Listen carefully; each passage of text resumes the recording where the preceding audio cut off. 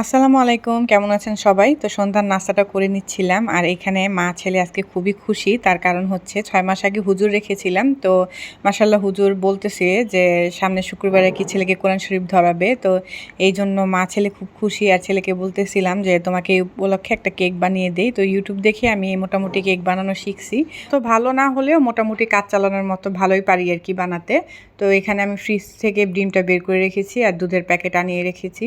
এটা লাগবে কেক বানানোর সময়। আর এই যে দেখেন এইখানে আমার ১ ড্রাম ভর্তি কেকের জিনিসপত্র মানে যা, যা লাগে আরকি। তো অনেক কিছু লাগে আসলে কেক বানাতে। মানে এইসব জিনিসপত্রের শেষ নাই। কেক বানানোর দোকানে গেলে আপনারা আরকি দেখতে পারবেন। তো এখানে কেক বানাতে এসে দেখেন দেখি আমার কেকের যে টার্নিং টেবিল যেটা মধ্যে কেক বসিয়ে হচ্ছে কেকের ডেকোরেশন করে সেইটা ভেঙে গেছে। তো দেখে আমার মনটা খারাপ হয়ে গেছে। পরে ভাবলাম এটাকে উল্টিয়ে এটার উপর কেক বসিয়ে তারপর ডেকোরেশন করব। তো এই তো কেক বানানো শুরু করে দিলাম। শুকনো উপকরণগুলো আমি ভালো করে চেলে নিচ্ছি। আর এই যে এই জায়গাটা আমার অনেক ভয় লাগে সাদা অংশ থেকে হলুদ অংশটা আলাদা করতে। কারণ এটার মধ্যে যদি একটু হলুদ অংশ থেকে যায় ডিমের ম্যারাংটা সুন্দরভাবে হবে না, এতে করে কেকটা ফুলবে না। তো যাই হোক খুব সাবধানে কাজটা করে নিচ্ছি। আর এখানে আমি একটা কাপড় বিছিয়ে নিচ্ছি যেহেতু ডিমটা বিটার দিয়ে বিট করব, শব্দ হবে আর শব্দ হলে আমার ভয় করে বাড়ি এলে যদি কিছু বলে।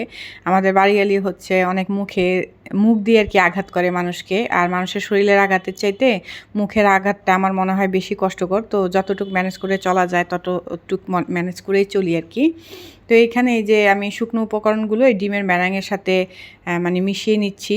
আর আজকে এর কেকের ব্যাটারটা দেখেই মনে হচ্ছিল যে আমার মনে হয় আজকে কেকটা তেমন একটা ফুলবে না, অত একটা স্পঞ্জি হবে না। তার কারণ হচ্ছিল বিটারটা অনেক আমাকে প্যারা দিতেছিল আজকে, বারবার হচ্ছে বিট করার সময় বন্ধ হয়ে যাচ্ছিল। তো যাই হোক ছেলেকে যেহেতু বলেছি যেমনই হোক বানিয়ে তো দিতে হবে। তো এই যে পাতিলটাকে আমি প্রিহিট করে তারপর হচ্ছে এটার মধ্যে কেকটা দিয়ে এখন ১ ঘন্টা ওয়েট করবো আর কি। আমি এখানে ৩ পাউন্ডের কেক বানাচ্ছিলাম।